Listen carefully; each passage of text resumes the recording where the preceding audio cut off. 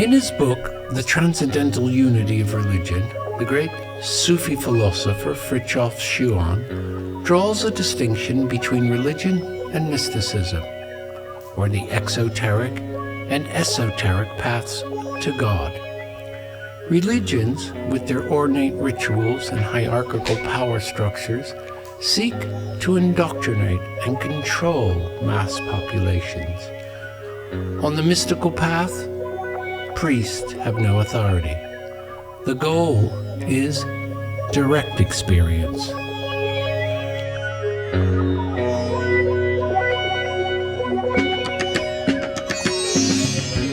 Ah, look at them, those sadhus, like tortoises basking on a warm, sunny rock. They beam, what beautiful bodies. The sadhu does not go to the temple. He has nothing to obtain from the gods. No more longing, no needs, already there, really here. The eminence of being, being with being, the within ourselves that is not really ourselves, as there is no selves. Ah, he adores the divine only. He adores God who lives inside everything, who is being, who is therefore everything.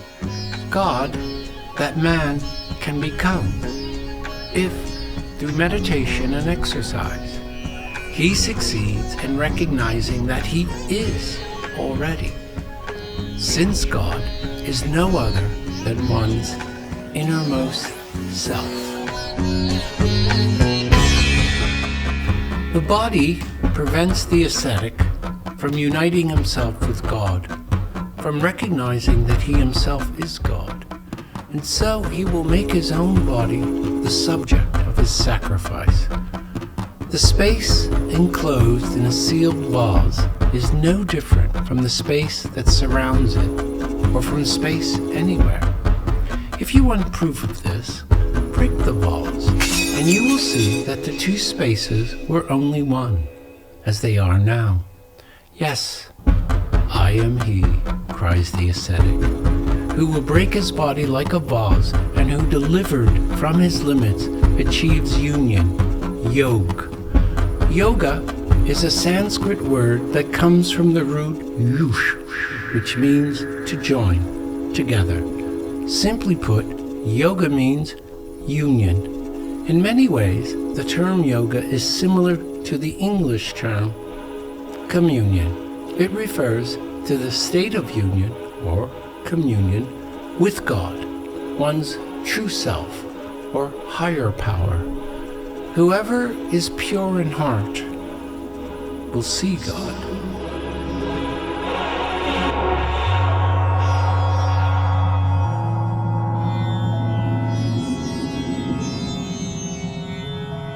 The scientist knows only the external God he calls matter.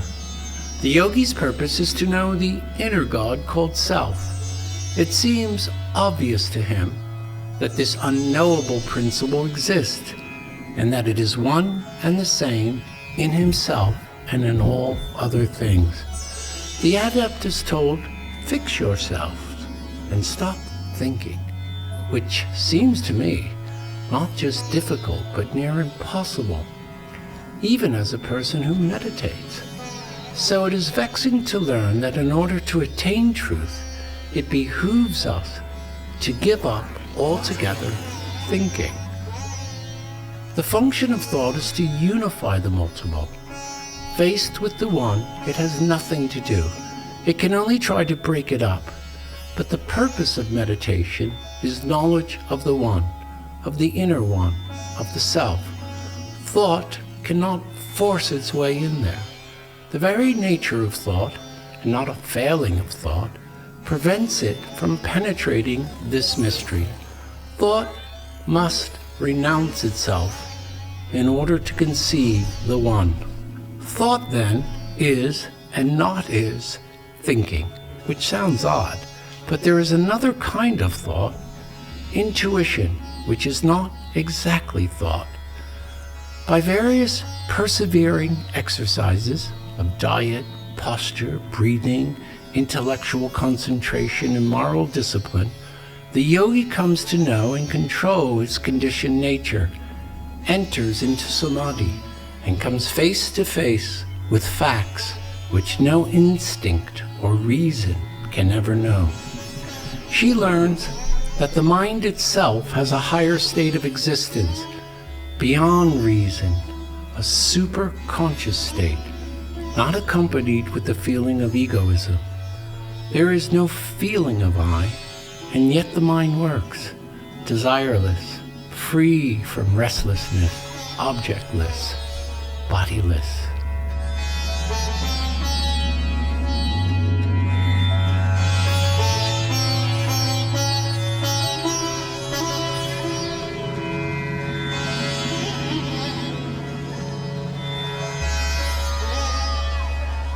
We came to a promontory of sorts, a kind of ledge or lookout point on the Ghat. Perhaps it was a cafe or restaurant, abandoned or not yet opened. It was a quiet place that overlooked the water and the many bathers and sadhus. There was a large blue striped umbrella there, so Shakti laid out a paisley pink blanket she had bought onto the ground. We lay there, held each other's hands and got close, and soon, very soon, she was asleep. And soon I lay my head on her heart and looked out onto the river. Amidst the glistening water, I noticed, with his long matted hair and thin body and large warm eyes, one of the many holy wanderers or sadhus about. Considered the holiest of beings, sadhus are ascetics who've successfully let go of all attachments. This sadhu's forehead is covered with a beautiful sandalwood paste. I watch and observe him. He seems in a state of no mind, sensual and relaxed, and seems to see me. In the Vedic literature, the term sadhu connotes someone who is well-disposed, kind and willing, peaceful and virtuous. In the Hindu epics, a saint, sage, seer, holy man. The sadhus are those that have chosen to live lives apart from or on the edges of society, to focus on their own spiritual practice. Soon, this saint, this seer, this Baba was hovering beside me like a cloud or mist, tranquil and light, in a meditation pose with his lovely painted face and groomed long beard. I noticed now the colors of orange blossom and jasmine as well. Hey, Mark, all these years you have worked, labored and suffered incessantly. For what? Is it not time for the desire of your mind to become the desire of your heart?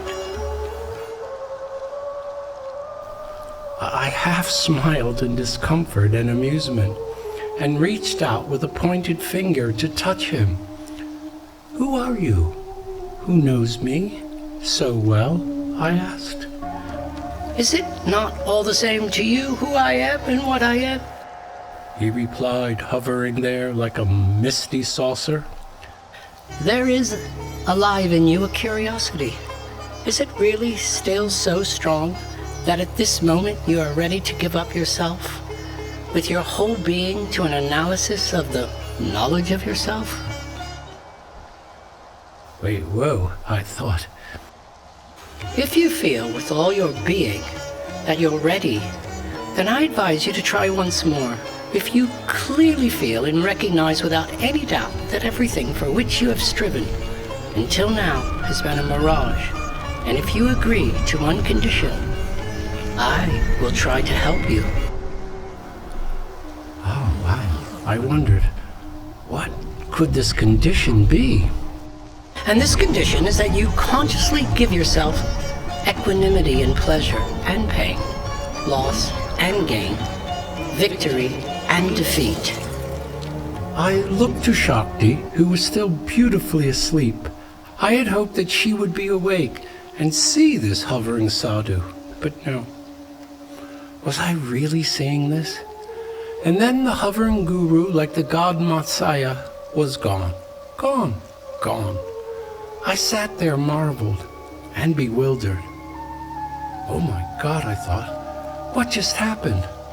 I took some deep breaths and just looked out into the sky. Soon Shakti woke with a beatific smile and turned to me with a wink.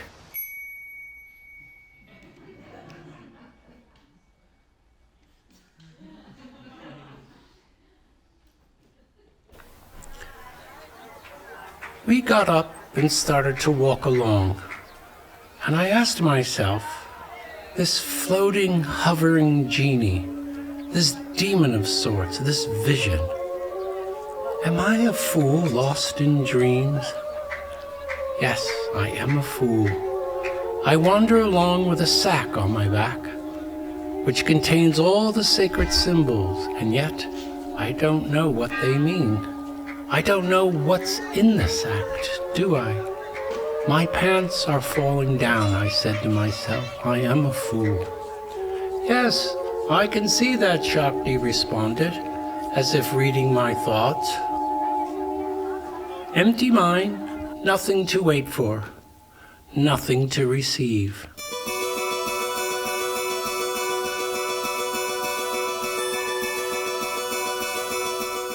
The mystic doesn't claim to be logical.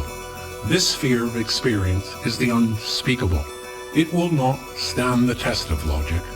And so, the voice quietly said to me, One who has the courage to undergo the shattering of the illusion will die, but will die in the mystical sense, so that he may live again.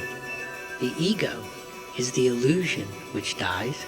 And as we turned the corner, walking through the mud and morning mist in the narrow corridor of the ancient city, we pass another gentle white-horned cow, this one with an egret on its back. A low morning sun projects its rays upon me. Almost all mystics and visionaries have experienced reality in terms of light, either of light in its naked purity, or of light infusing and radiating out of things and persons, seen with the inner eye or in the external world. I knew this light, this infusion of light, anticipatory to death. This makes me quietly ecstatic, and for a moment I join in union with the bliss of all consciousness. In this felicitous state, I merge with the cosmic spirit.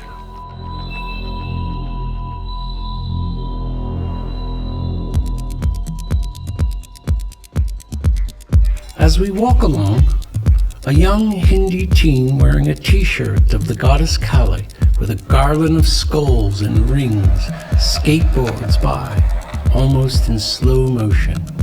The heads are of the demons Kali has killed to save the universe from their atrocities. Was it the old man in the mountain telling the assassin what to do, or was it the assassin's inner demon? The demon is a part of your soul, your mind, that seems to be sort of autonomous.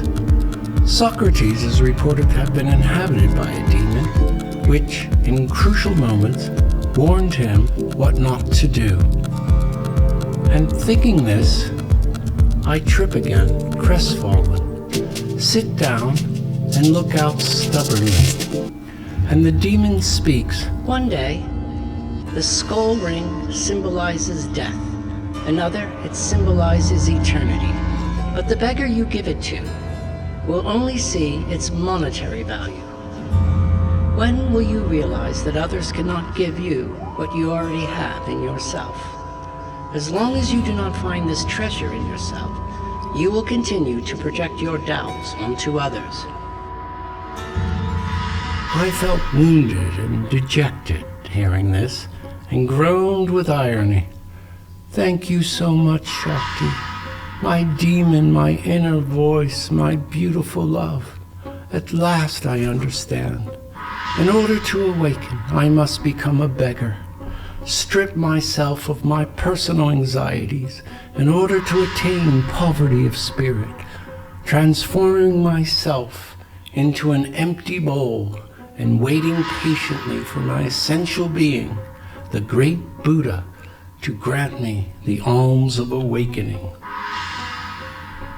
And then I heard a piercing and violent shriek come out of Shakti. She made me prostrate with my forehead on the ground, right there on the gat, and then she administered a flurry of blows with a stick, one after the other, 30 blows. When she had finished, she said, "The wisdom of the master depends on your own capacity to use it to find yourself." I was in shock. And then she recited an Indian proverb as if it were a holy sutra. "He who has the most saliva eats the most gulab jamun." That is, if you don't know. A super sweet, sticky, and wickedly irresistible Indian dessert. Still feeling hurt, I countered, "You can't eat jalab jamun and whistle at the same time, can you?" She laughed heartily, rubbing her belly. Exactly. Each thing in its own time.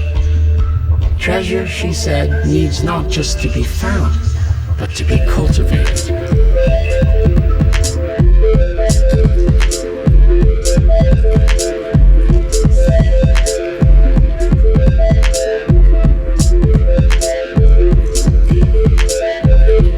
Zen monks will use a series of strikes with an awakening stick administered on the meditator's back and shoulders in the muscular area between the shoulder and the spine.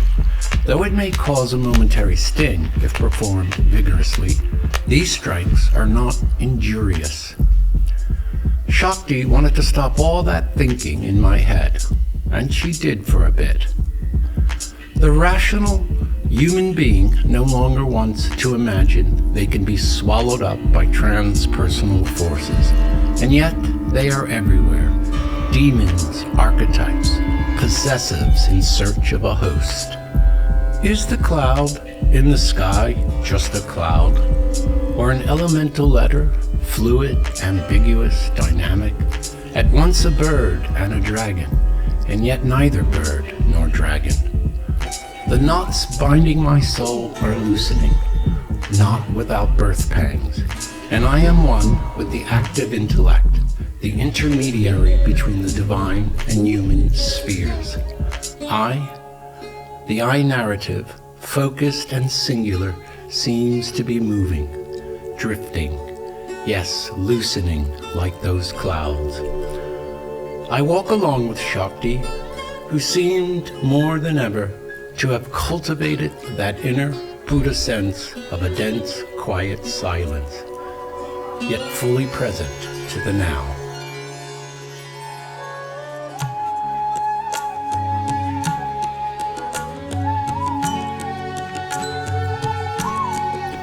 The mystic remains certain of the realm they have experienced. Gandhi and Mother Teresa credit their inner condition of ego dissolution, that is no personal self, for their love toward the world and desire to teach. Their certitude affords them an indefatigable stamina for universal love and selfless service, emerging from the experiential realization of the oneness of existence. Such mystics have ventured into the furthest interior realms and reached the Unio Mystica. Unio Mystica is a trope of impossibility, whose aim defies the common sense of human experience. It is the state of being that takes away the me, so only you remain. The medieval Spanish Kabbalist Abraham Abulafia, the wandering mystic, wrote, "All the inner forces and the hidden souls in men are differentiated in the bodies. It is, however, in the nature of all of them that when their knots are untied, they return to their origin." which is one without any duality, and which comprises the multiplicity.